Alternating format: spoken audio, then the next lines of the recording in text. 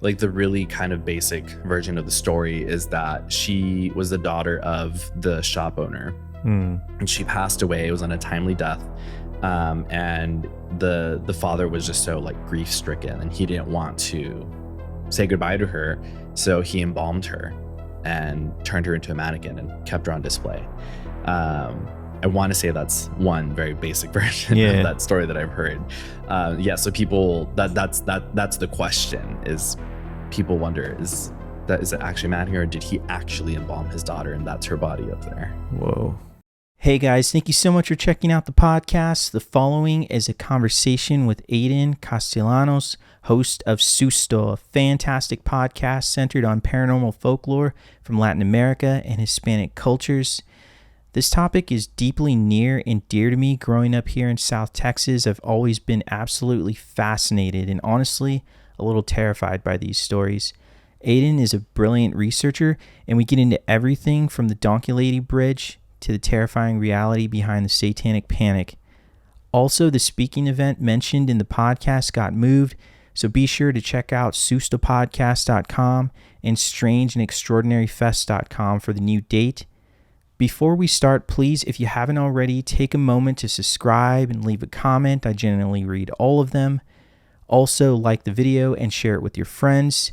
If you'd like to be a guest on the podcast, shoot me an email. And finally, if you'd like to follow me on any of my social media accounts, all those links are in the description below. I truly hope you enjoy this episode, and I'll see you later.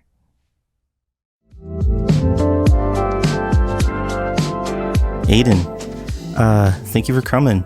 I am a big fan of your podcast, man. I discovered it, and I think that I like it so much. It's because it's like nostalgia for me. Yeah. Growing up in like the 90s and stuff, like going to my cousin's house and him like telling me urban legends and things like that. That's it's kind of what I grew up on. And like the other thing I was thinking about is that this was at a time when you couldn't like really fact check anything. Yeah. So you just kind of had to like take it, and it was like just kind of like stayed. Yeah, the sources, trust me. Yeah, the sources. So like you tell the story, and then you give us the sources and like fact check. So that's kind of like your whole deal. Yeah. Where did you grow up? How did you like start doing this? Like what made you want to start doing this? Yeah, so I'm originally from the Rio Grande Valley, which is right on the Texas-Mexico border, maybe like 4 hours south from here. And just like you know, I grew up hearing these stories, usually from like an older cousin or a tia or a tío. It was at some point in the night, for some reason, the conversation always went there. If it was a birthday party, a barbecue, any sort of gathering, the conversation always turned into someone saw the devil on the ranch last weekend, right? And then we would just always swap these stories, and not even within my own family, but if I went over to a friend's house for any of those gatherings, they would say, you know, bring your friends, come bring your friends, we're going to tell stories. Or we would ask, tell your mom to tell us a story about the all black rooster that she saw in Mexico, right? Oh, wow. And so, yeah, we just like, I grew up with these stories, and then they also made their way into my classrooms. I grew up having this book read to us. It's called Stories That Must Not Die. And it's this orange book, and it's full of all of these folklore and fables that were collected along the Texas-Mexico border. And some of them were the stories of La Llorona, the girl who danced with the devil, La Lechuza. And so from my childhood, they've just kind of always been part of my upbringing. Yeah, and that's the other thing we should say. Like, you specifically focus on these Hispanic, Latin American stories. Yeah. And and then when I was in middle school, this was like during the time the Blair Witch Project came out, right? And like a lot of my friends would make fun of me, like, "Oh, you like the Blair Witch?" And then like I love that movie so much that later on I was like, okay, why do I like this movie so much? Yeah. Like nobody likes it, but it's because of the urban legend behind it. And even though the movie isn't like jump scare, there are these things like, oh, did you hear that? Did you hear that? And the sound design is so creepy. Yeah. Did you like that movie? I love that movie. That's one of like the earliest scary movies that I remember watching. I remember I was at my sister's apartment when she was in college, and what year did it come out? It was like 90, early 90s, right? Yeah, I was, well, 99 or 98, Okay, somewhere yeah, around yeah. there. So I was like, how old was it? Maybe like 7, 8. And yeah, and I remember for some reason they were like, "We're gonna watch this movie as a family," and it stuck with me. And yeah, it's still to this day, I think it's one of like the best scary movies out there. Just it was like groundbreaking for its time, Oh, yeah, and yeah. yeah, definitely a movie that's stuck with me for sure through the years. Yeah. Yeah. So, I mean, like for me growing up, like, and you couldn't fact check any of that stuff, and that's what made it so cool. But, so you learned these stories and you grew up on the, like, Rio Grande Valley, right? Yeah. Mm-hmm. So, and that has like a rich, like, culture of like all these different stories. Was there like one that like you can remember? I mean, like, I think all of us can like definitely like know the story of La Llorona. It's like pretty famous like Yeah. within our culture, but like, was there one for you that like really? Yeah, for sure. I mean, it's hard to choose because, like I said, there's so many growing up that they told. And before I answer that question, I want to kind of jump to that thing about the sources, because that was a criticism that I got really early on. And it was from like one review, actually, Okay. where this person was like, "You're just, you don't have any credible sources." And at the time I was thinking, well, these are ghost stories. Like, what kind of credible source do you want? But I mean, in the end, that comment motivated me to really like dig deeper and to find actual things that I could point to and say, this is where this is coming from. And so at the end of the day, a lot of it is still anecdotal evidence, but you would be surprised at how many academic sources there are documenting these things, whether it's an encounter from a specific person or what the legend means in the context of the area that it's coming from. Yeah. So I just wanted to point that out. But the legends, I think a really popular one that I enjoy talking about is the story of the girl who danced with the devil, because the devil's here. Because there's like, it exists in so many places. In the valley, they said that it happened at a bar called Boccaccio 2000, right? Yeah, in McAllen, Texas. And I know that San Antonio has its own version at a place called, it's no longer there, but it was called El Camaroncito. And then there's also places there's more places in Texas and in the nation. So I think like San Marcos, there's a version there. In New Mexico, there's a version there. I want to say the one in New Mexico, they said that he went to 7 different bars in one night. And then there's stories similar to that happen in in places in Europe, but it's a very similar tale. And so it's one of my favorite stories to tell because it has such specific origins. But then if you look on the other side of the world, they say, well, we also have a very specific story of it happening here. And so I think it's really interesting to see how the story changes from region to region, but also how it's so similar. Yeah. Yeah. And going back to that sources thing, like, that's what I was going to talk about, is that, when you're looking, there are so many different versions, like, and especially like on the border, right? You're going to see like different variations of this story. I think you told like on one episode, the story of the donkey lady, and it was a different one from what I heard. And I was like, man, how many versions? Like, and I'm in the whole time I'm wondering, what are, like, are these really folklore, or are these really, could they have been like real at one time and just been like sensationalized like through rumors? Yeah, I think that's definitely a possibility with any of these stories, is that it can start from like a local legend, and then it makes its way into like the larger kind of like cultural zeitgeist. And so then that's where it becomes, I don't know, it becomes sort of like a different thing. And that's part of the fun that I have on making my show, is that I get to kind of peel back the layers and see, okay, where does this come from? And like, if we're telling, so when we do a story on my show, and my boyfriend stepped in this year to help me write these stories. So we co-research and write it. And we get to kind of like do like a Frankenstein's monster of these stories in our own way. Cause we get to then, as we're producing an episode, we're finding all these different sources and these different versions.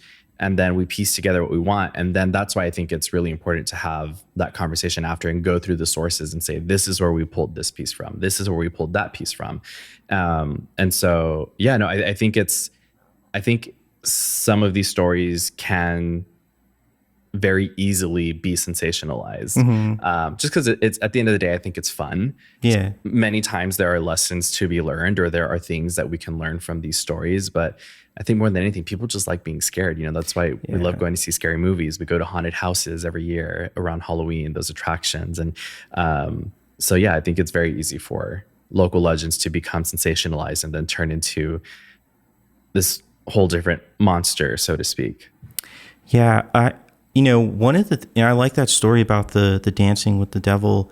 Me and my friend talk about that a lot, and you commonly bring up this thing about like footprints of walking backwards. Like, could you explain like what that is, and then the creatures or things that shows up in? Yeah, I brought that up maybe because, like you said, it's pretty common, and so I just brought it up in the latest episode where there's this thing with trickery or deception with a lot of these, well, I'll call them entities, whether it's a spirit or a cryptid or a monster or what have you. But with a lot of these things, these entities, there's this element of deception. And so they say with, I think it's the Sayonava, and I can't remember exactly where that one is from right now, but she is this like female entity who lurks in the wildlife, in jungles and stuff, and her feet are backwards.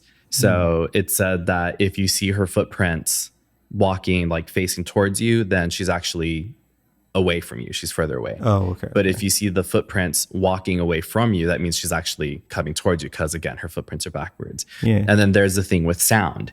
So with El Silbón, for example, he is this figure, this spirit who allegedly he killed his parents. And so he's doomed to wander the earth with a sack of bones, and they're his parents' bones.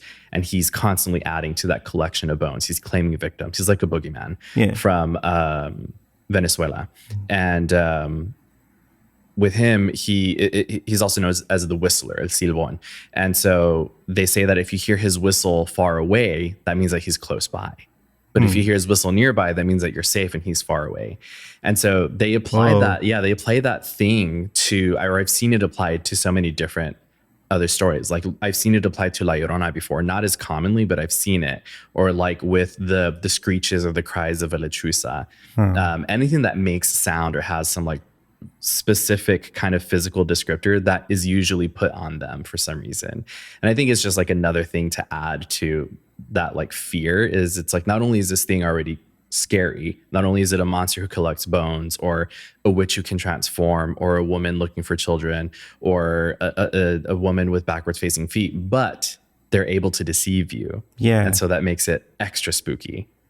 Yeah. The other thing is that in all these stories, they're tied to like some type of traumatic event or dramatic event or something like that. That's like a common theme, right? I think that's kind of how I have come to understand what a ghost or a haunting is I think, yes, sometimes, because I do believe in the paranormal. I am a believer, and I believe in like spirits and all that. And so I do think that sometimes, there is a spirit that may be lingering. A place can be haunted. But I think that other times, what can happen is that there are these kind of like imprints or these stamps of energy. And that is what many people understand as a haunting or a spirit or a ghost, because we, especially when something traumatic happens, a lot of times when you hear about a haunting or a ghost, typically the story is really tragic, right? It's like a violent or a sudden passing.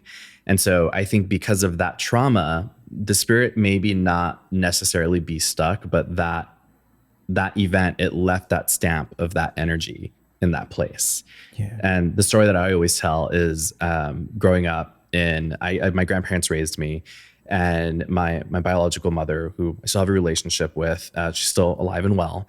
She moved out of her parents' house, my grandparents' house, and I stayed with them. And shortly after she moved out, I was in the house and I was in the living room watching TV. I was alone at night. And in the living room, there was like a half wall that separated it and the hallway to the rest of the house. So you could see over it if people were walking by. And I was watching TV and I saw something from the corner of my eye and I looked over and then I turned back. And when I looked, I hadn't processed it right away, but I looked and I saw my mom and I saw her looking over the half wall, just smiling. And then I looked back and then I did a double take because I realized I'm alone. Yeah. What was that? And so all these years later, you know, after doing the show and just like looking more into the paranormal, the way that I understand it, or the thing that I believe is that, you know, because she spent so much of her life in that house, a haunting, a quote haunting, doesn't always have to be a traumatic or a tragic thing. I think it just can be because somebody lived so much life in one spot. So because she lived so much of her life up until that point in that house, she was born and raised there. I saw the imprint of her energy because she's still alive. So it's not her ghost. Right. It's just her imprint. And so I think that's kind of how I understand, again, what a haunting or a ghost is sometimes. Man, that's really cool. Like, you have had an experience like where you've actually seen something. I've had several experiences. Oh, wow. Yeah. And despite what people might think because of the show that I produce, I am a big scaredy cat. So when I experience something like that, I get freaked out. I'm not I have come to kind of seek it out more. I've gotten a bit braver. Maybe I've come to understand things a little more, but initially my gut reaction is I do get scared and I'm like, oh, I don't want to be involved in it. I just want to know the story. I want the lore behind it.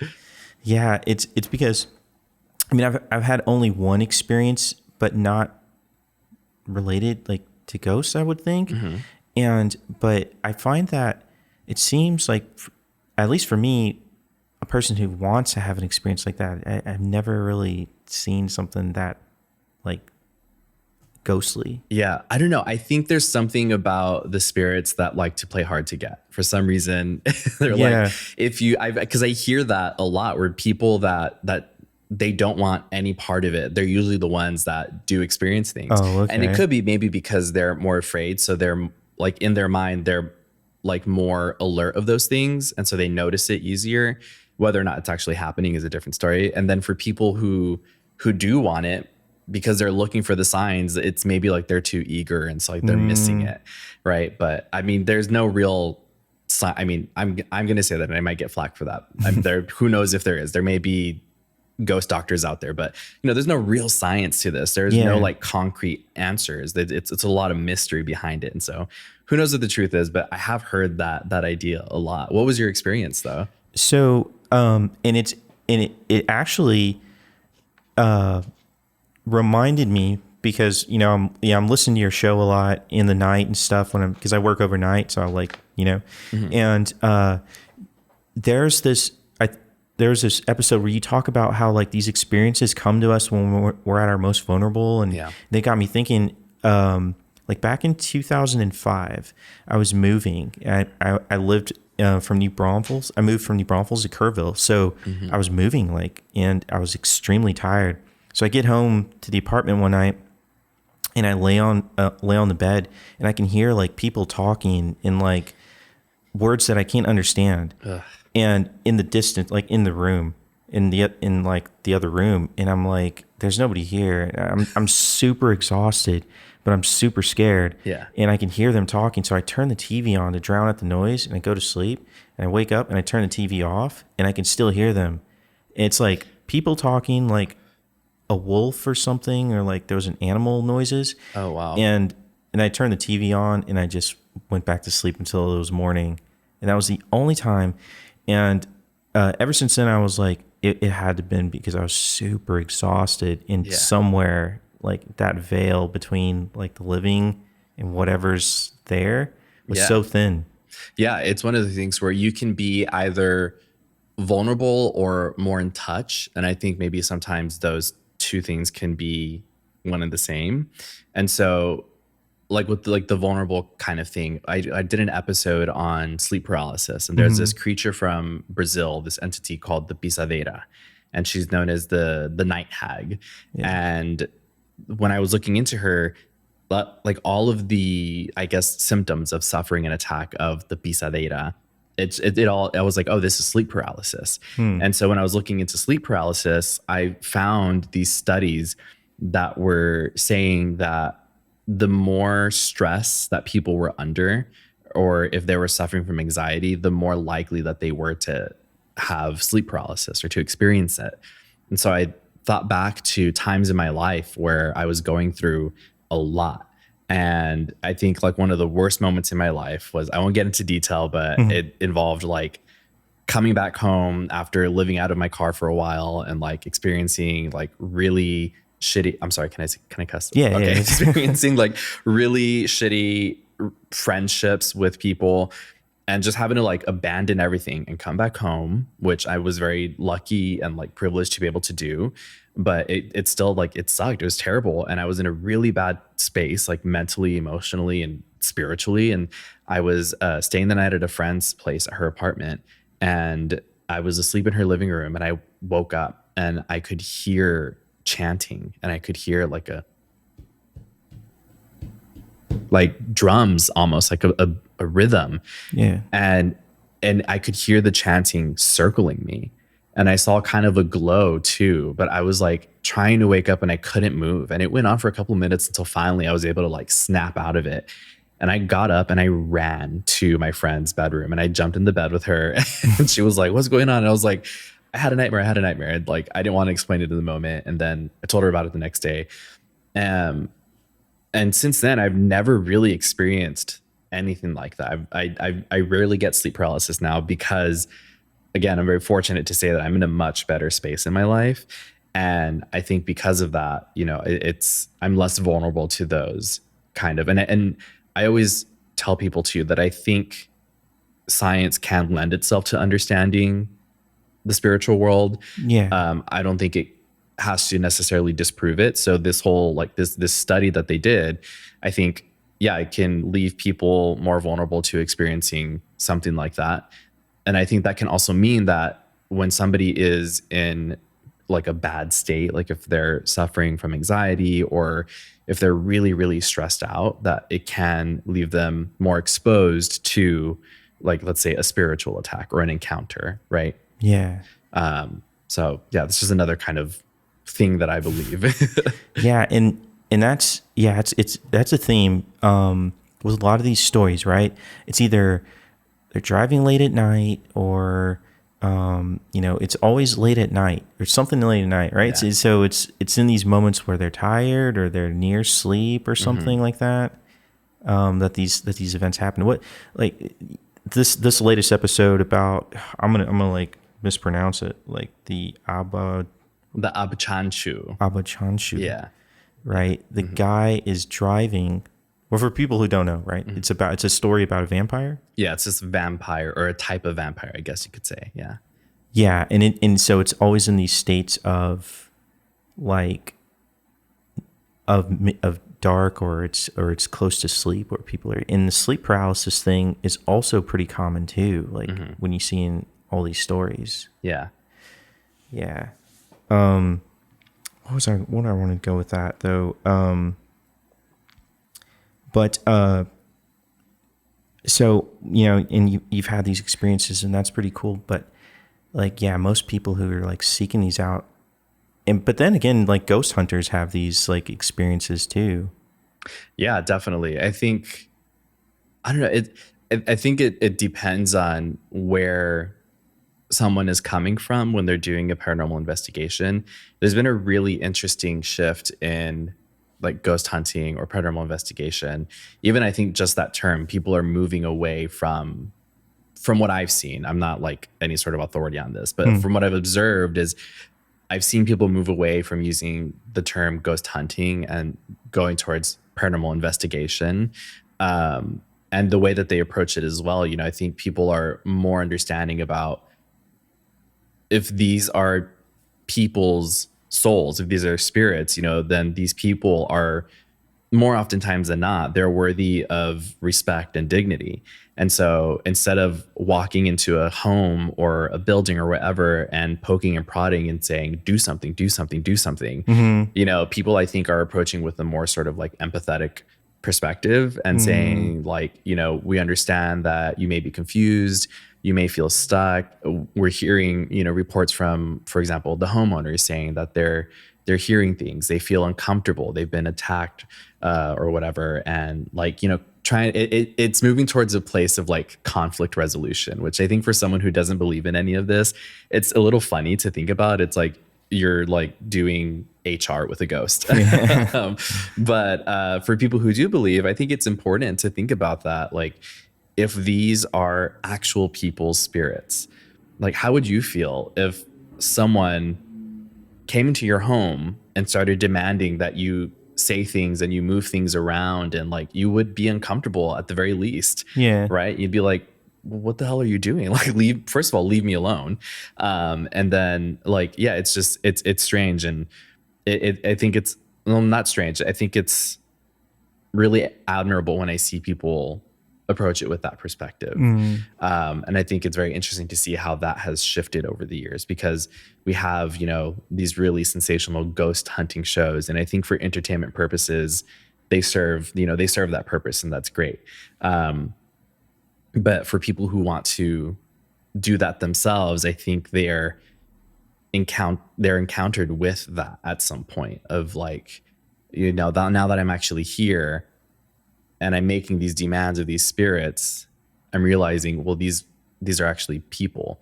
They were at one point living people, and I would never treat another person like this. Yeah. And so, yeah, it's just, I don't know. It's been something that I've seen happening over the years that I think is really interesting. Yeah. Yeah. I think the more you start to like understand like the stories and like get involved, the less creepy things start to get. Yeah. I kind of felt like that, but then there's some times that things are still kind of creepy. Oh, you know? yeah. That's, yeah. It's not like a blanket, like it covers everything. I think sometimes things are just scary. I think, yes, sometimes you can encounter just like a quote evil or a bad entity. I think that those do exist, like dark energies. They're definitely out there. But I don't think that all of them are that. Right. Yeah. It's not like every haunted space you go into is like, and there's an evil old woman who lives here. It's like, well, maybe she's just an old lady who lived her life here and she passed away. And for some reason, either she's here or her imprint is here. Right. Yeah. And then I think like, but a lot of people are going to like, I guess because of their background in religion and stuff, they're not supposed to see that stuff. And they automatically associate it with evil. Which is funny. And you know what? I'm talking to you Catholics out there because I was raised Catholic, and I think, and I've talked about this idea a lot of like, why are Latina people so into horror and the macabre and spooky stuff? And I think about my experience growing up in the church, where we would meet once a week. You would gather with your community or your coven. You would sing the hymns and say the prayers. So you would do chants and spells. You would light candles with your prayers. So you would give your petitions to your deity. And then all the while, our Lord and Savior is crucified on the wall in front of us. And that's a violent thing. He's bloody most of the time. You know, he's beaten. And so it's like, I'm like, where is this disconnect happening that like the horror stuff and spooky stuff, that's all bad and it's of the devil. And I'm like, well, sometimes it can overlap. You know? I don't know. Like I grew up hearing about like, eso no es de Dios. You can't go into Hot Topic, right? Because that's for the devil. Right. But then like, you know, our tias and our cousins and whoever, they're going to have their palms and their cards read. And they're doing candles at home and writing people's names and their date of births and putting them under the candle. I'm like, we're doing brujeria, we're doing hechiceria at home. Come on, let's be honest. So that religion thing I think is also very funny to me, because people want so desperately to like separate themselves and to like draw this line. And I'm like, I don't know if we can draw that line anymore. I think it's all kind of like it all starts to overlap at some point, and I think that's fine. Yeah. So there's definitely parallels in religion and the occult or magic or whatnot. Yeah. I think religion in a sense can be magic. Yeah, I mean, yeah. And then, but those people will not see it like that. Absolutely not. There is this common theme with these places like the Devil's Bridge, the Devil's Den, the Devil's this.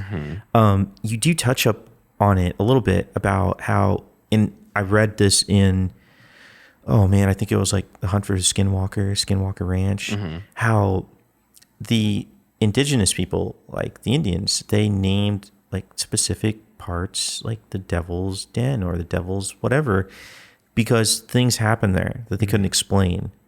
And but over time it gets associated with like the devil. I mean, and like in San Antonio, like there's a bunch of these things. Like, I guess because it's, oh man, I looked this up because I was so interested.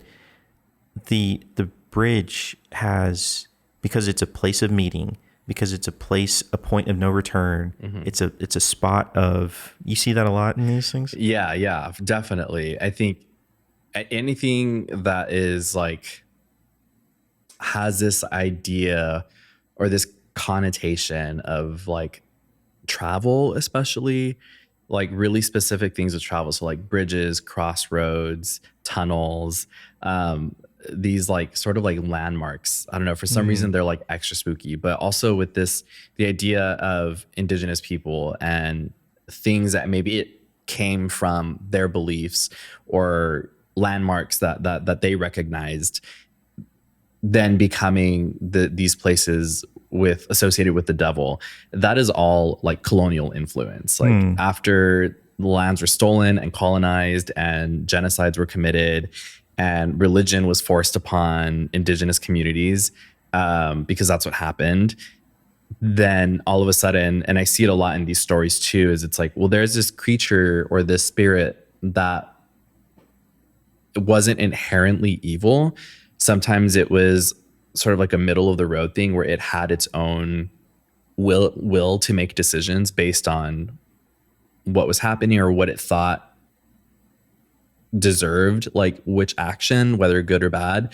But then, Christian and Catholic influence came into these communities and was like, well, actually, there's only one true God. And so anything that is not God is of the devil. Yeah. And they applied that sort of like devil term, or even the word demon. Like some of these communities didn't recognize what a demon was. Like there was no such thing as a demon. But again, because it was a religion or a belief that was not Catholic or Christian, it is now suddenly demonic because of those colonial influences on them. Wow. And so it's interesting to see how, these stories have transformed. Like even the word bruja, right? I think that's a very like Latin American word. It's very, I'm Mexican American, so I'll speak to that, but it's a very like, from what I grew up hearing, it's a very like Mexican term.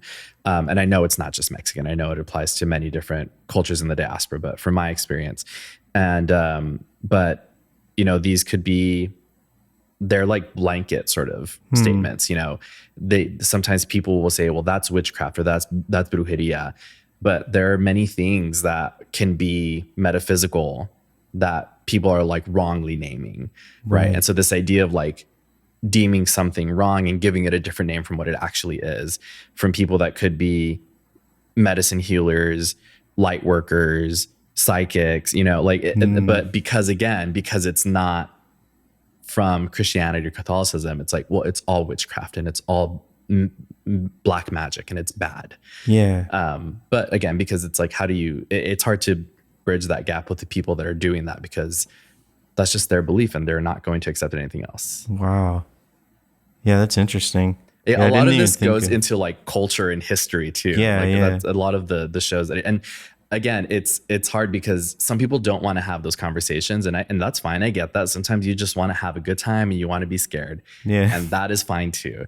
And sometimes that's all these stories are. And so, but I'm like, I don't know. I'm a very curious person, so I want to explore those conversations, and I think it's important. I think we have the responsibility to think a bit more critically than we have in the past about these stories. Yeah, going back to the devil dancing guy, why is it that I guess in your research, is that he's always handsome. He's always, you know, like coming in and people are always paying attention to him. It seems like the devil always comes and people notice, you know? Yeah, I don't know what it is about It's the like a devil handsome being like, man yeah, like and, handsome and he can dance. charismatic. Yeah. Yeah, because I'm like, I don't know, I would dance with him. If he asked me, why not? I don't know. I think it's just, it may be a way to give a bit of grace to the quote victim in the story, to be like, well, of course she danced with him, you know, he was handsome and he was charming and charismatic, and so there was no reason to say no, right? Yeah. Because I think it would be a very different story if it was like this man that she thought was ugly, not attractive, no riz, like, you know, came in and asked her for a dance. Right. I think the story would be different because she'd be like, no, okay, and then that was it, she went home. But no, I think it's to like, it's a bit of a plot device, but also I think maybe it gives a bit of grace to the person who is being whisked away in the story. Where does this story first appear? Like, where did you track it all the way down? Like its origin? Some of its oldest origins were in Europe. I want to say in the Czech Republic. I could be wrong. You could always listen to the episode. It's one of my resurrected episodes. So sometimes I'll go back and redo like one of my earlier episodes. So I know for sure in the resurrected version of that story, I talk about that one where it was like at a dance hall in like the mountainous countryside of this spot in Europe. I'm really bad at geography, so I think the Czech Republic's in Europe. I could be wrong. Yeah. Okay. And so, and this is like old timey kind of out in the prairie sort of dance hall sort of thing. From what I remember from that source. So yeah, I mean, these stories, they can go back way far. Like I'm talking maybe like 18th, 19th century. So yeah, it's interesting to see how long these stories have been alive and like how far they've traveled. You know, you get a lot of stories from people and stuff, and I'm so curious about how many of these stories are like current, like and what I mean by that is we're kind of living in a time where people are not, it doesn't seem like they're paying attention to like their surroundings anymore, like going outside and looking up and having an experience or seeing something, because we're always on our computers, on our phones. Yeah. Are we still getting like these experiences that are like, oh, last week I went here? I think we are. And I think I agree with you to some point. Like we do be on our phones. Yeah. But I think it also keeps us really connected so that when we do experience something, we're able to share it and share it really far and wide. And send it into podcasts like Susto and I get to tell your stories, so please send them in. But no, I think definitely like some of the recent ones is, and again, this is the internet, so I'm gonna say what I saw on the internet, whether or not it is true or real, especially with the mudslide that is artificial intelligence and generative models and stuff. Who knows, right? But some of the recent ones that I've seen were, I think this like political official in Mexico, he posted a video from outside of his house at night and like the mountainside, and you could see balls of fire flying around like in the mountainside. And in Mexico, they say that witches can transform into balls of fire and they can travel that way. And so they're saying like there's a bunch of brujas flying around outside his hillside house, and you can like it's a video, you can see these balls of light like flickering in and out, and it's not like fireflies or bugs or something, it looks like balls of fire. So that there's that one. I think a couple years ago also, the previous president of Mexico, I think it was, he posted a video or something about aluches, which they're similar to duendes. And so it's like this is coming from a government official, and he's posting about seeing these gnome creatures in Mexico. But even then, you know, I like from people that write into me, they tell me about things that they've seen or things that they've heard that are related to stories that I've covered. So I've had people tell me that they've heard whistling at night, and they believe it was El Silbón, or they've heard the cries of La Llorona. And so, yeah, I think, I mean, and who knows really what it could be at the end of the day. It may or may not be those things. But yeah, these things are still happening. People are experiencing things that they believe are those legends, those very, very old legends. Yeah. And we should like tell people that the Hispanic culture is very superstitious, right? Yeah. I had a friend, and this was a couple of years ago, and I was at his house, and his mom was talking about something that you talked about in the podcast about a jar being buried in their backyard. They made a big deal about it because they didn't know who lived here before or who it was. Yeah. And when the topic came up about like black magic or something, I kind of just like rolled my eyes at it. You know what I mean? But they took it super seriously. Yeah. Yeah. And also you should say duendes. Yeah. Those are like fairies and elves, right? Duendes are, I think I've seen the term applied to general, what some people would describe as like fae. So like fairies, elves, gnomes, things like that. But they are specifically, a duende is like this small humanoid figure, couple feet in height, maybe like 2 feet at most, from the stories I've read. And they are similar to gnomes, and they're mischievous beings. But, you know, like I mentioned earlier, they seem to have their own, like they're intelligent, and they seem to be able to make up their own minds about how they want to behave. So they can be helpful or they can be mischievous. Notoriously, they are mischievous, and they will move things around in your house, or they'll hide things. So if you lose something, they say like, well, a duende took it, or a duende misplaced it. Some people will go so far as to work with duendes. So people who practice hechicería or brujería, or some sort of spiritual practice, and they recognize duendes as entities, they will leave offerings on their altars for the duendes and say, I'm willing to work with you, and I'm willing to provide you offerings, but we're going to be a team. And so you cannot fuck with me, but you can help me. Yeah. Use your mischievous ways to help me. I think most popularly, there's an episode that I did about this group of children that survived a plane crash in the Amazonian jungle. And the pilot of the plane and their mother sadly passed away. And it was a group of 4 children. The oldest, I think she was 12 years old, and her 3 siblings. The youngest one, they were in the Amazonian rainforest for 40 nights. And the youngest one turned 1 year old in those 40 nights, and they survived. And it was like a miracle. People were so baffled because they thought, how could a group of children survive this long in this treacherous, dangerous piece of land where there's wildlife, there's animal life? This young girl, thankfully, because of how she was raised in, I think, in an indigenous community. So she recognized the things that she could or could not eat and kept herself and her siblings alive. But when they were rescued, her grandmother was interviewed, and her grandmother said that the forest itself returned them, that it spared them, and that they were being guided by a duende. Whoa. And so the grandmother believed that there was a duende that was helping them, guiding them maybe away from danger in this jungle, to keep them alive long enough for them to be rescued. Whoa. So they can go either way. Yeah. Yeah. The Satanic Panic episode, you had, you tell this story about, what was his name? Mark Killroy?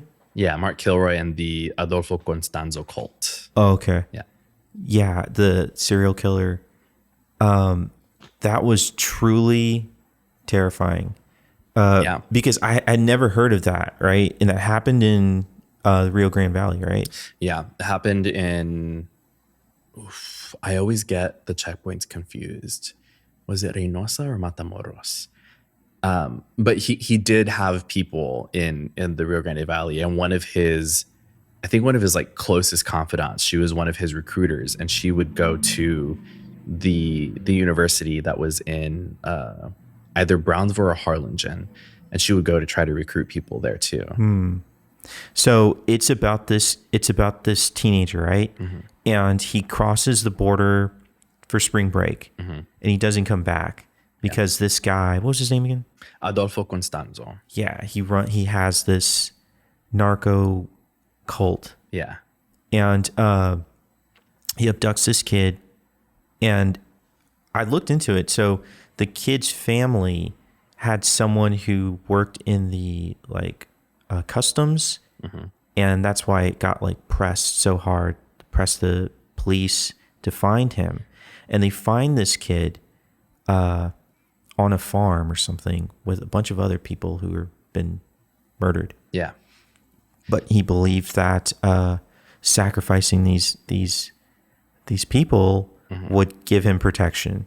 Yeah, he practiced this, and I'm going to use this word, like bastardized version of Palo Mayombe, which is an Afro-Latino religion. Okay. And it's a practice. And there are some practices that make people really uncomfortable because they're not used to them, that involve some sort of animal sacrifice sometimes. But what Adolfo was doing with Palo Mayombe is he believed that if he,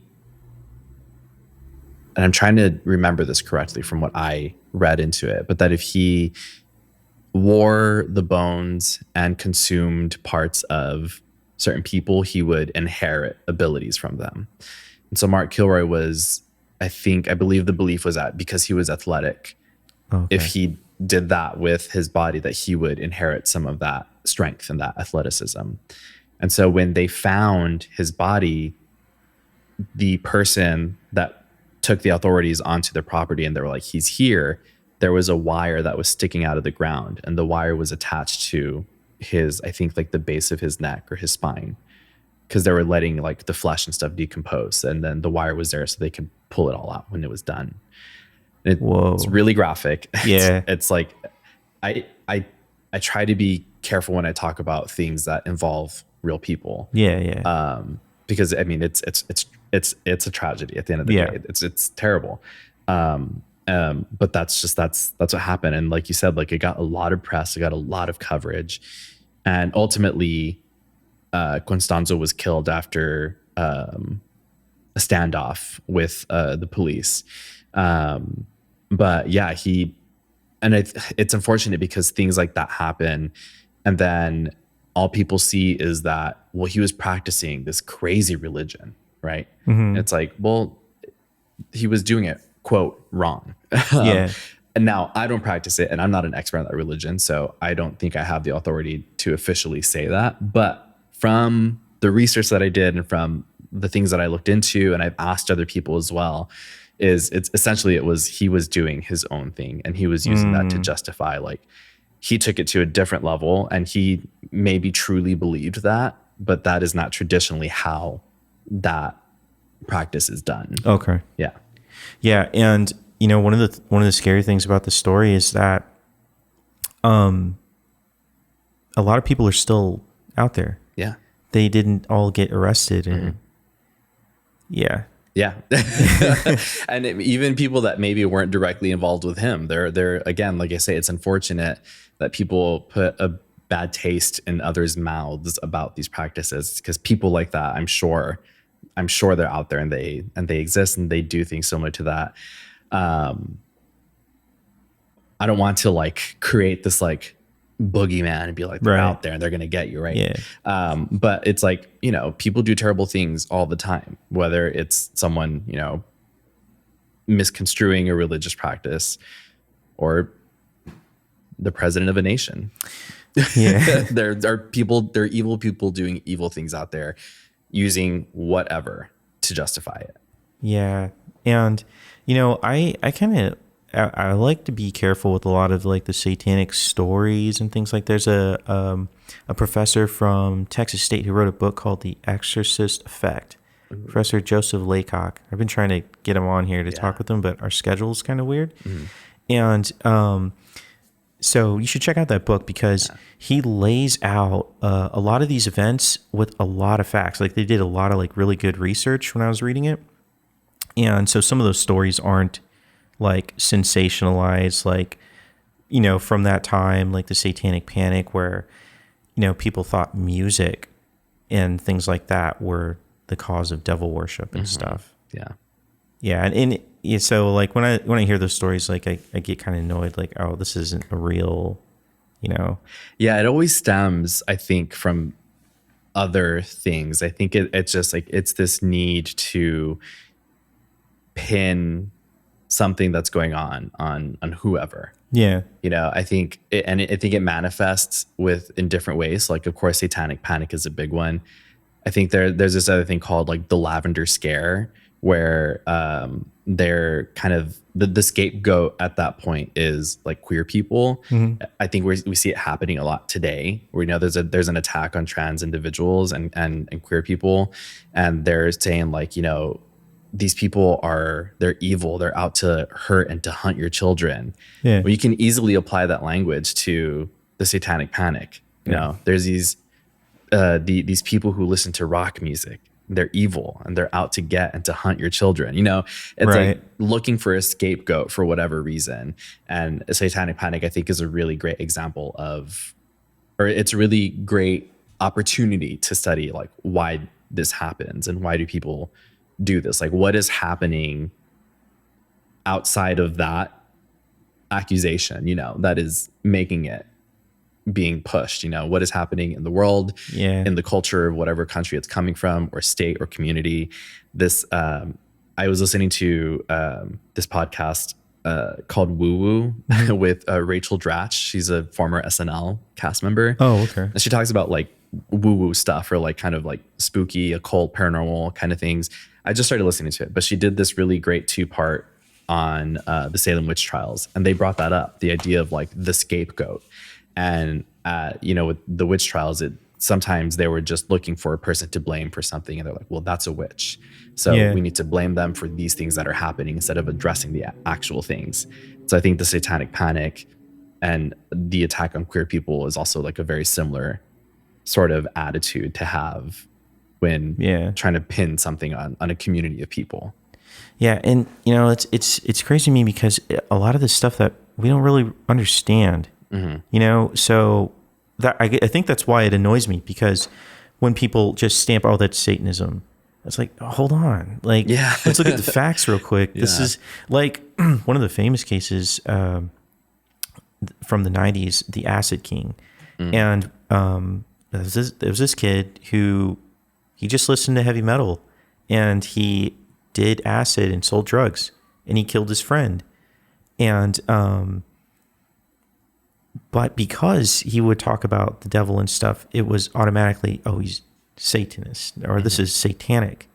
But the facts of the case are not, you know, I think that case was like, they didn't find anything that was a Satanist ritualistic murder, you know? Yeah. So it was just, no, he just talked about he liked the devil, and you know, so. I think that's a risk that anybody takes when they are into this sort of thing. I'm sure there are people out there who see me and they're like, he is a devil worshiper.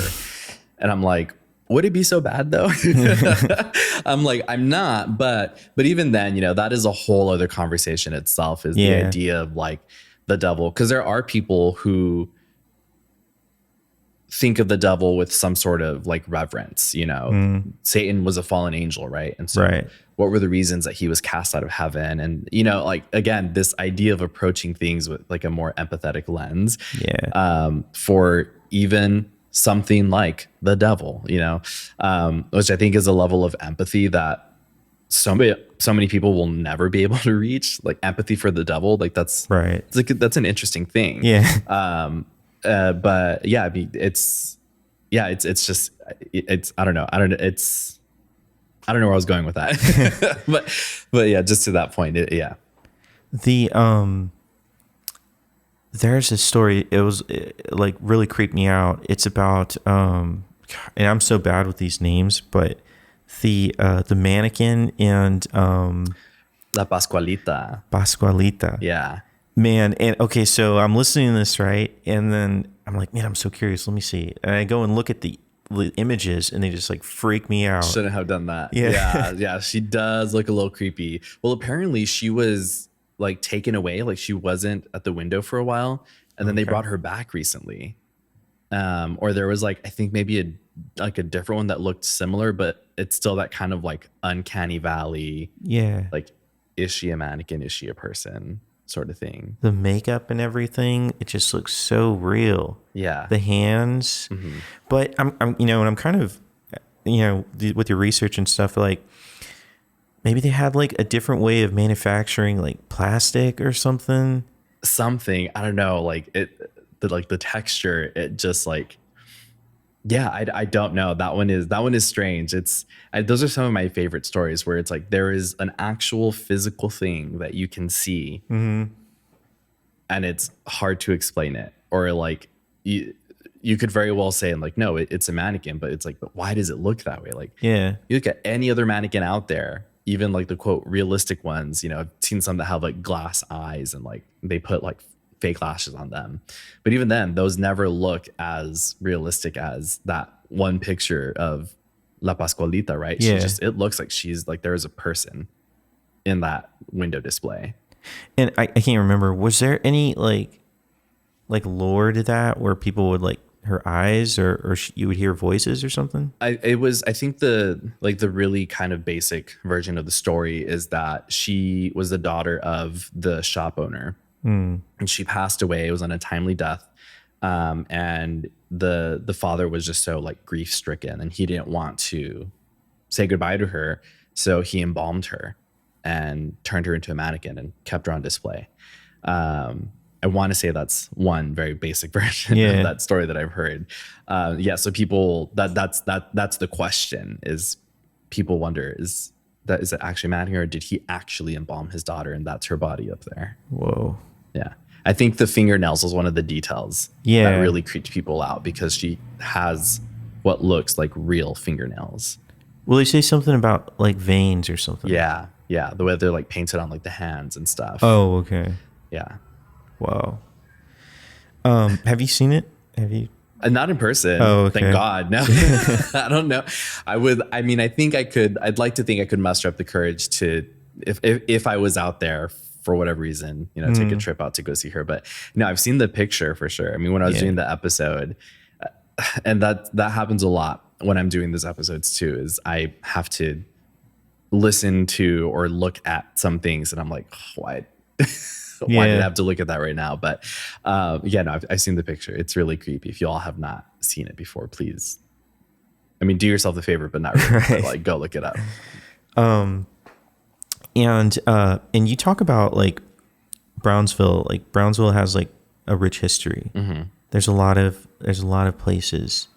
And I particularly like the story of the hotel. Mm-hmm. And I know you like you said, you Frankenstein some of these stories and you pull them, but what was there an event like close to that or something where you hear, or I guess they stayed in a room and they heard like a baby crying? Yeah, I think that one was, I'm trying to remember. If I had my computer, I could tell you exactly where it was from, but I want to say I remember there was one website that was kind of just like it was like a historical Brownsville kind of site. And that was one of the pages on there where they talk about the Colonial Hotel, and they're like, well, this person submitted a story. Basically, someone is writing in, or whoever was making this page or this website, or whatever, they asked around and they're able to get people's stories that say they had experiences there. And so that's what I was saying at the top of the episode today, was that people have asked before for like more legitimate sources. Oh, okay. But I'm like, again, like I said, sometimes these are just ghost stories, and the legitimate source exists, but you may not be happy with it because it's going to be a story from a person that they sent in or that was documented in an article. Right. Yeah. And that's kind of hard. It's kind of hard to, when I think about that. Coast to Coast would have, I don't know if you listen to Coast to Coast AM, but they would do this thing called Ghost to Ghost every Halloween, right? Mm-hmm. And so those were always cool to listen to. And the more interesting stories came from the first responders. Yeah. And I think that like you should like try to get stories from these first responders if you can. Oh, yeah. Because there were two that stuck out with me. There was this EMS guy who was talking about how they got a call from a house And they show up and they look through the window and they can see the guy. Like, I guess he had a heart attack right there. And they're like knocking, trying to, get in there. And an old man opens the door. So they don't think anything of it. And they go in, they flip him over, and they're trying to help him. Well, that old man on the ground was the same old man who opened the door. And they look, and there's nobody there. Oh my God. So, and the second one that stuck with me was there's this apartment building, and the tenant below called the police because they're making a lot of noise up there. And the police show up. Well, there's nobody living in there. And they're like, well, it sounds like a sledgehammer is what he said, hitting the center of the floor. So they enter in the apartment and they can hear it. It's audible, but there's nobody there. And the police officer can't explain it. So these are rational people, right? Yeah. These are like EMS, police officers, first responders. Mm-hmm. And they're not telling ghost stories. They're like, this is real, but we don't have an explanation. Yeah, that makes me think of there's an episode that I did about this young woman who was named Estefania Gutierrez Lázaro. And it's known as the Vallecas case because it happened on Vallecas Street in Spain. And the Netflix, they made a movie about her. It was really popular. It's called Veronica. Oh, okay. Yeah. I think when it came out, they were like, this is the scariest movie ever. And it's a great, scary movie. But the story was, or one of the reasons it's a really popular story is because I think it is one of, if not the only, but definitely the first case of documented paranormal activity on a police report. Oh. Because when everything was going down, the family at one point called the police because there was paranormal activity that they couldn't explain, they didn't know what to do. So the police showed up and the family was outside. They refused to go back in the home. And so the police went in and they documented that they heard strange noises. They heard screaming from a balcony or a patio from the apartment. And when they went to go look, there was nobody out there. They heard things moving around, doors were slamming. Some of the police officers almost got hit with something. There was like a mysterious black substance. I think it was like under one of the mattresses. And this is documented in a police report. It's like, they're saying like, this is unexplained activity. I'm not sure if they used the term paranormal. Yeah. But it's documented that there was activity happening in the house that they could not explain. And there's like you can find the police report online. I think I posted a picture of it. I'm pretty sure when I did the episode on social media, but yeah, you can find it, like the Vallecas case police report. It's all in Spanish. But yeah, they and I'm loosely quoting what was on there. Yeah. Because I don't know what it says verbatim, or I don't remember what it says verbatim, but yeah, it's out there. I think in technology is kind of good though. Because of the video cameras now we have. But have you seen that the video of the security guard? And I think it's in Mexico. He's a security guard for a building. I think it's a hospital. Mm. And he gets up and he's like talking to somebody. Oh yeah. And there's nobody there. Yeah. Yeah. You can see the sliding door. It opens. Yeah. And he looks up, he talks, he gets up, he's talking, like giving directions or something, and then he sits down. And then, yeah, I think like either after like somebody radioed him or they went to him and they're like, what are you doing? Who are you talking to? He's like, well, I'm helping this person. Yeah. There's nobody there. Yeah, I've seen another video like that. I think it was like a mechanic, and it was caught in the security camera of the shop where this mechanic is talking to somebody, like he looks like he's talking to himself on the camera, but Whoa. He was saying that when they asked him about it, he said, well, no, a person came in, they were asking for help about a car. And like, I spoke to them and they left and they said that they would come back. But in the video, it's literally just him, motioning, talking by himself. Whoa. Yeah. Yeah. It's like they show up and you're having like a real experience and they're not ghostly. Yeah. I think that's what creeps me out more. Like, cause then you go back to the video and there's nobody there. Yeah. Yeah. I've never captured anything or been involved in any sort of like anything that was captured on video. Yeah. Thankfully, because I would hate to have to go back and watch that and, Right. and relive it. And you get, so you, going back to this, you get a lot of these stories, right? Was there anyone in particular that stood out, like from people, like that you're like really creeped out at? Yeah. Like the most creepiest one you've I'm gotten? trying to think. I mean, there's so many. Yeah. There was this one that someone sent in, and I was so sorry. I wish I could remember their name and all the specific details. But what I do remember is that they were on a trip with their spouse, and they were staying at a hotel, and they woke up. And this is someone who wrote into me, and this was from their like first person perspective, that they woke up in the middle of the night, and they had already felt uneasy in this room. And when they woke up, they saw a face, like a kind of like cast in white sort of face, disembodied though, like they couldn't really see anything else aside from the face in this dark room. And they freaked out, and they woke up their spouse and turned the lights on. Of course, there's nothing. And that weird things kept happening to them throughout the night in this hotel room. But that one particularly scared me, one, because of the way that they described how everything was happening, but also because this was someone who was telling me firsthand what they experienced. When a lot of these stories are, well, my cousin said, or my brother-in-law heard, or somebody saw, which, and those are all, they can still be really creepy. But this was someone who said, I am telling you what I experienced. So anytime it's a story from, like, it's a firsthand account, I think those are the scariest ones, because I'm like, Yeah. there's no game of telephone happening here. Like, granted, anybody can lie, right? Yeah. But I would assume that somebody who is taking the time to not only listen to my show, but to write in, and they want me to share their story, that they're gonna be honest and say, this is what I experienced, and I don't know how to explain it. And yeah, that's a freaky one too, because like hotels have history with people like staying. So many people are coming and going, and exactly. That's a lot of energy moving in and out of one space. Yeah.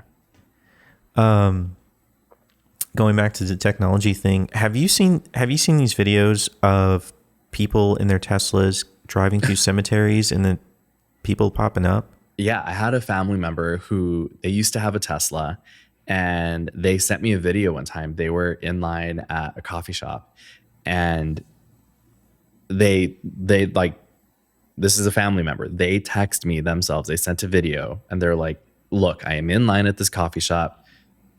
They show me like across, like outside the car, there's nobody there. And they showed the display, and there's like two people standing in front of the car. Whoa. And they're like, there's nobody out here. They're like, I don't know what to do.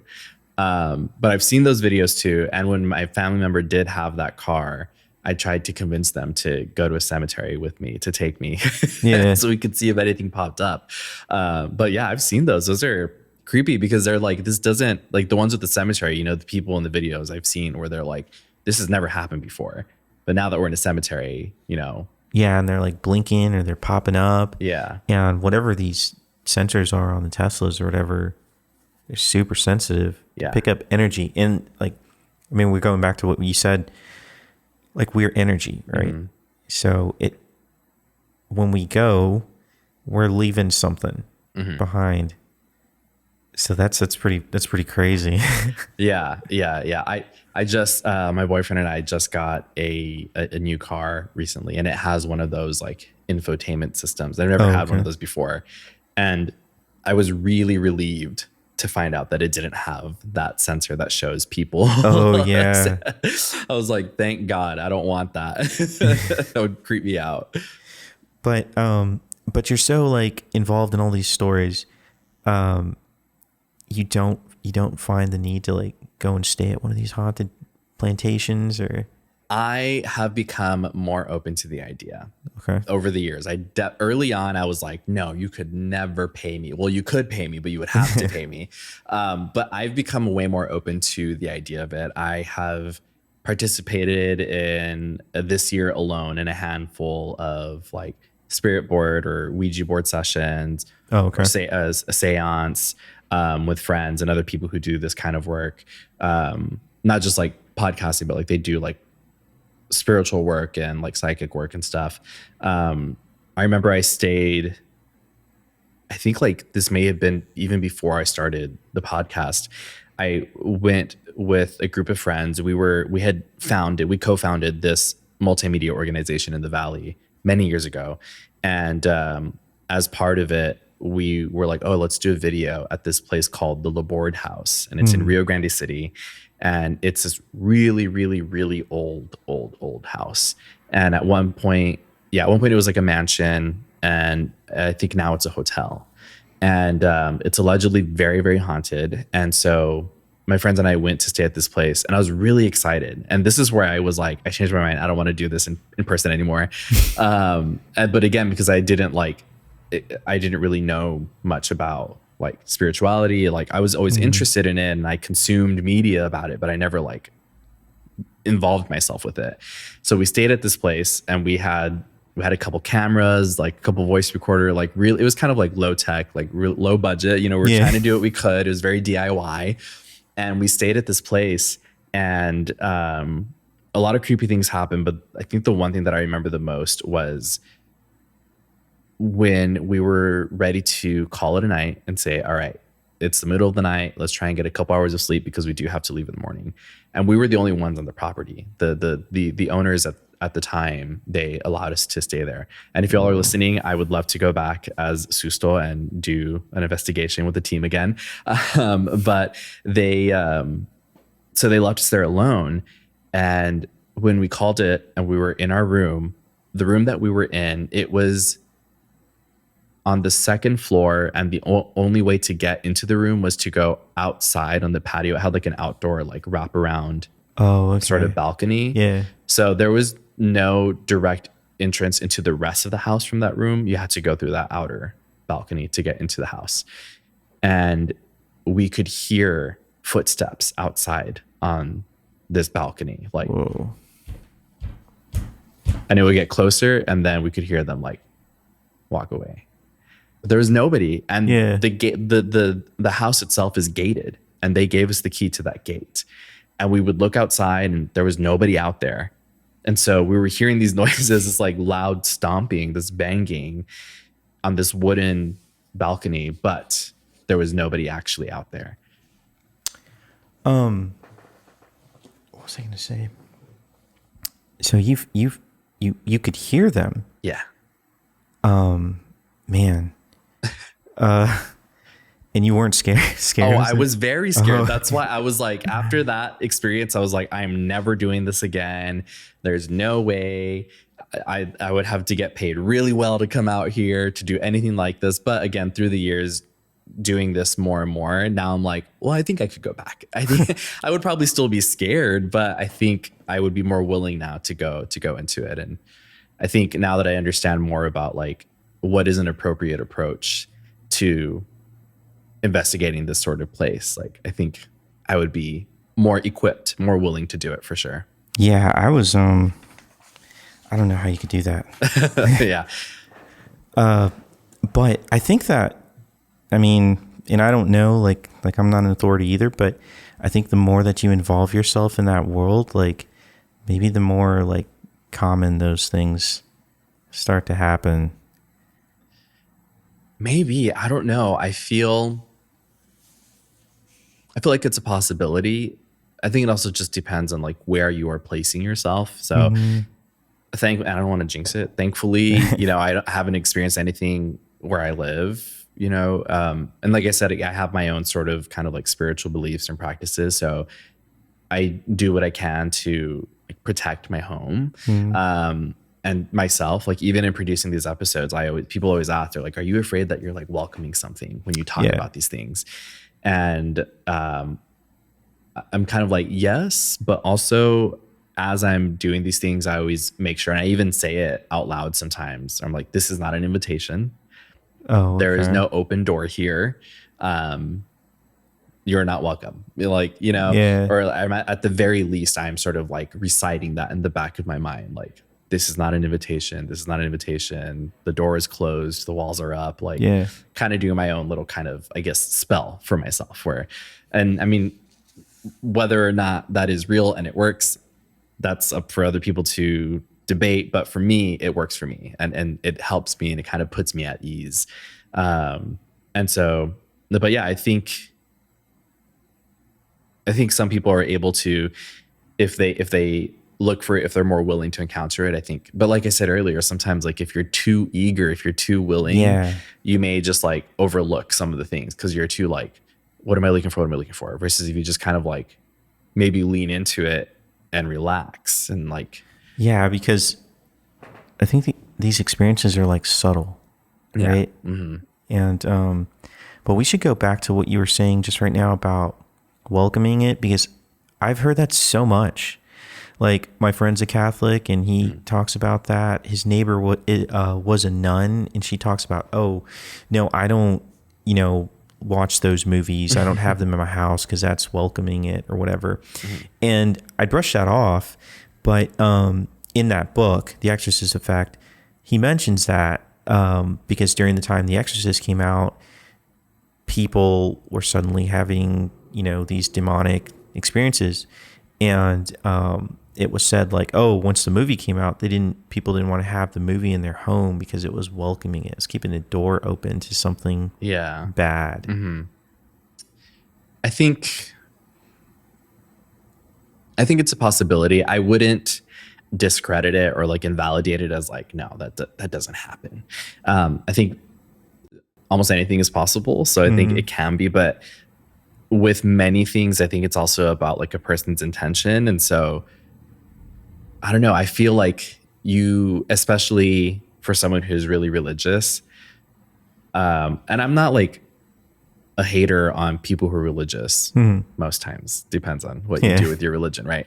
But I'm also like, I don't know. You don't believe that your God is powerful enough to protect you? I don't know. I feel like that sounds really mean to say.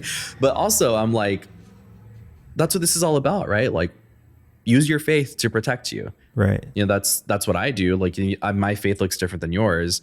But I think we can also do that. I think it's fine to consume these things and then to after say like, okay, well, I know God has my back. I grew up hearing I'm covered in the blood, right. That is your armor. You are divinely protected. So I don't know. I think, but it's going to be different with each person. And so I think, again, it is possible, but I think it's also at the same time possible to defend yourself in that way, like spiritually, or to have like a protection up. I have people who listen to the show who have written in, who have left comments or messages or whatever. And they're like, oh, I'm very religious. They're like, but I love this stuff. Like, I love hearing about it. Yeah. Like, if anything, it validates, it affirms my religion and my beliefs. Because they're like, yes, this stuff is like, it can be scary, spooky or whatever. They're like, but like I mentioned earlier, they're like, I know that my God has my back. So, but I understand, I'm also not going to be like, no, everybody needs to watch a scary movie, right? Like that would be weird.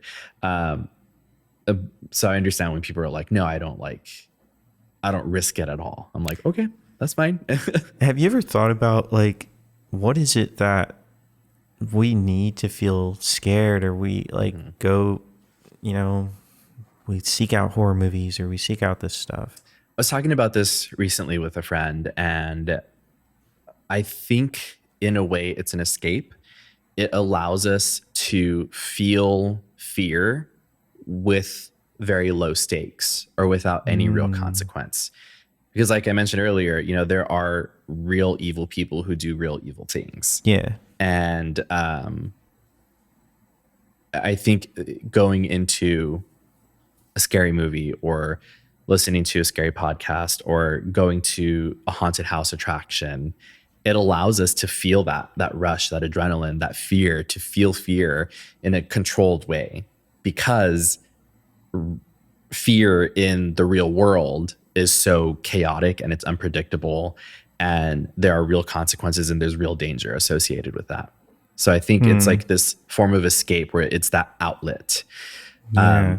I think horror also, like the genre for like filmmaking specifically, it is, I had a director or a screenwriter come on the show a couple weeks ago or a couple months ago, and he said that horror is a really great vehicle for analogy. And I was like, yeah, mind blown. Like that is exactly it. I think it's a great vehicle for analogy, specifically for like grief and loss. A lot of horror books, a lot of really, some of my favorite horror books that I've read, they're really great books. They're all about grief. They're all about loss, and trauma, and like how you process that.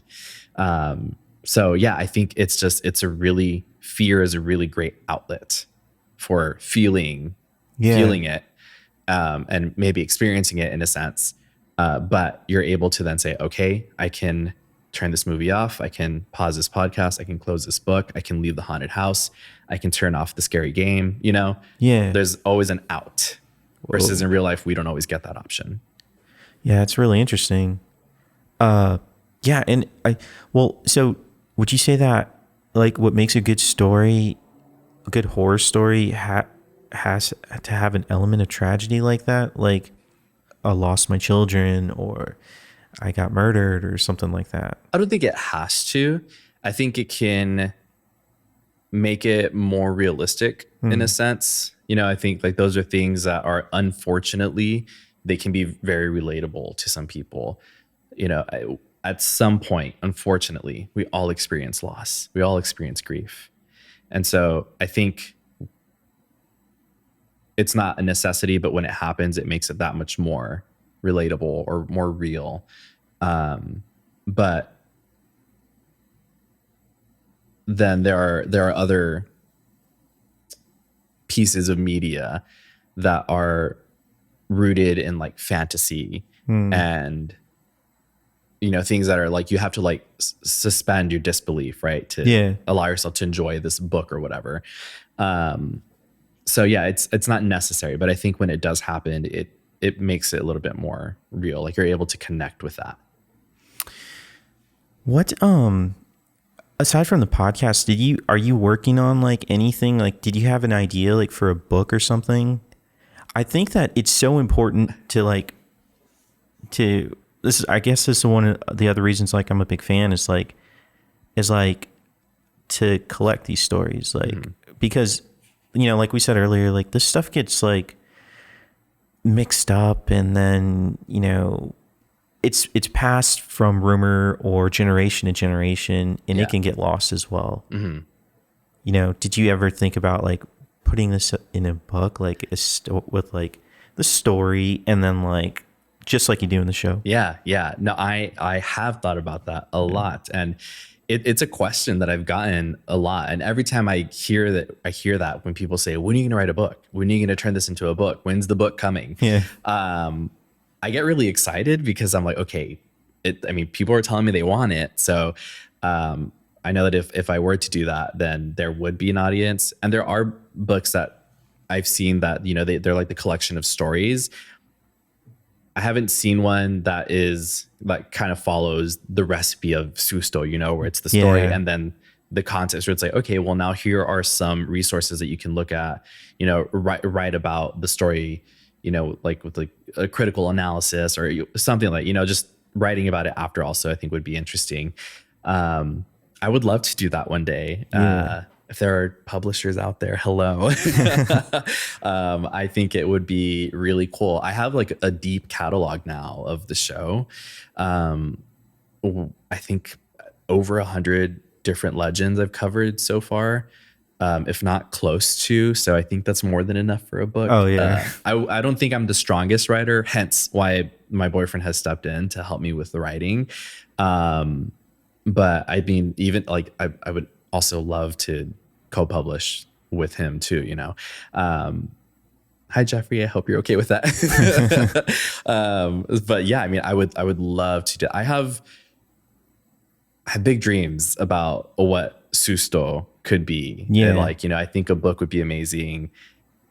I have this fantasy of some sort of production company or whoever, helping me to do like a sort of like, I guess like a travel series where I talk about these legends and then we go to where they're from. Yeah. So like El Silvon, we go to, what did I say? Venezuela? Yeah.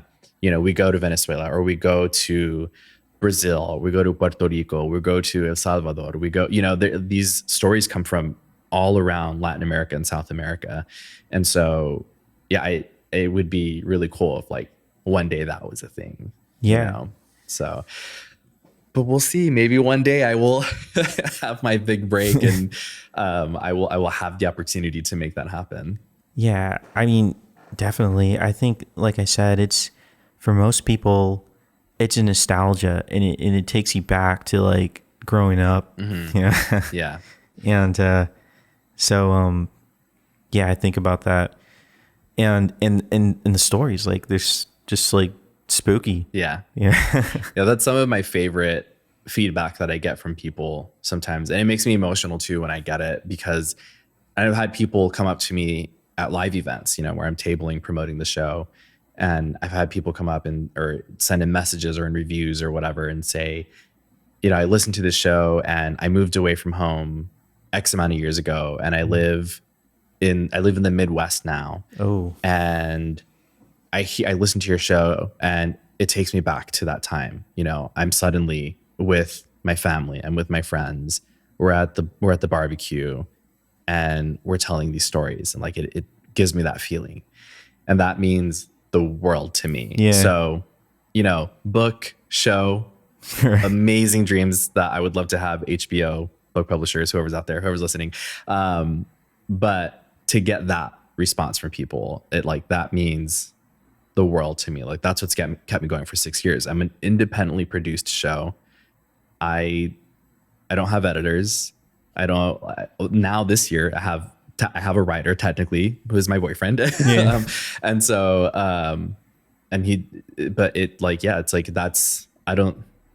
it's truly a passion, and it's something I care about. And so when I get that feedback, I know like, okay, I'm doing this right. Yeah. Or I'm doing it okay enough, at least. You're doing something that touches somebody in a way. Like, I think I've talked about this before with an author, like, I'm reading your book and it makes me feel something. Yeah. And that's when it's good. Yeah. I'm trying not to dive too much into it because I'm a big crybaby too. So I will. But when people say that, I'm like, okay, I can keep doing this. Right. Because I get tired and it takes a lot out. It's a lot of late nights because I have a full-time job. I have a full-time 9-to-5 job. And then I'm a very social person, so I still want to like see my friends and go do things. But there's times where I'm like, I can't go to this thing, or I need to stay up until 2 a.m. so I can make sure that this is done and it gets out on time. Yeah. And it's funny because it's like, it's my show. I don't have to answer to anybody. I can do whatever I want with it. But because I built that relationship with people who listen, and I think I don't want to throw it off in any way. And I'm like, it puts a little pressure. Yeah. Right. Yeah. I feel this obligation in a sense, regardless of like whether or not I'm answering to anybody. Yeah. Yeah. Do you have any events or anything coming up? When is this coming out? This week, this next week. On before the 22nd? Yeah. Okay. So, on Saturday, the 22nd, I will be at the Strange and Extraordinary Fest in Austin. Okay. So if people want, they can go catch me there. I will be sitting on a panel. I will have a table along with many other amazing creators. And I will actually be emceeing this event. And if people want, they can use code Susto10 for 10% off. There's a link. It's all over my social media. So if you visit my social media pages, it's at Susto Podcast on every platform, you're going to find something about this event. But the spooky season rush has just passed. So as you can imagine, October is very, very busy.